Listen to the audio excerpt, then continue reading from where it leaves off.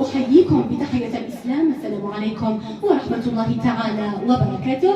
معكم الطالبة بودراع مريم ممثلة ثانوية مرزوقي علوة. مجموعتنا اتفقت على أن تكون إجابات مادة الفلسفة على النحو الآتي.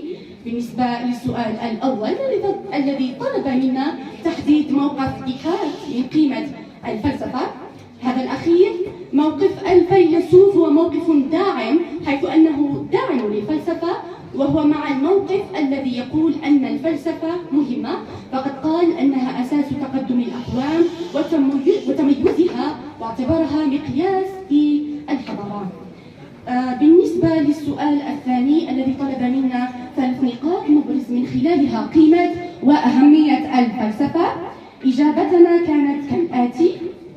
النقطة الأولى أن الفلسفة تجيب عن الأسئلة التي لا يستطيع العلم الإجابة عنها، أيضا مثل الحرية، العدالة إلى آخره.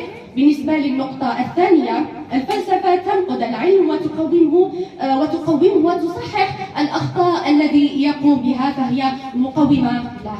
بالنسبة للنقطة الثالثة، هي مقياس لمعرفة تطور الحضارات وتواكب التطورات العلمية، فكما نقول الحضارة التي فيها عدد كبير من الفلاسفة تعتبر حضارة متقدمة ومتطورة. كإضافة هي تصحح كما قلت الأخطاء العلمية. شكرا لاستماعكم.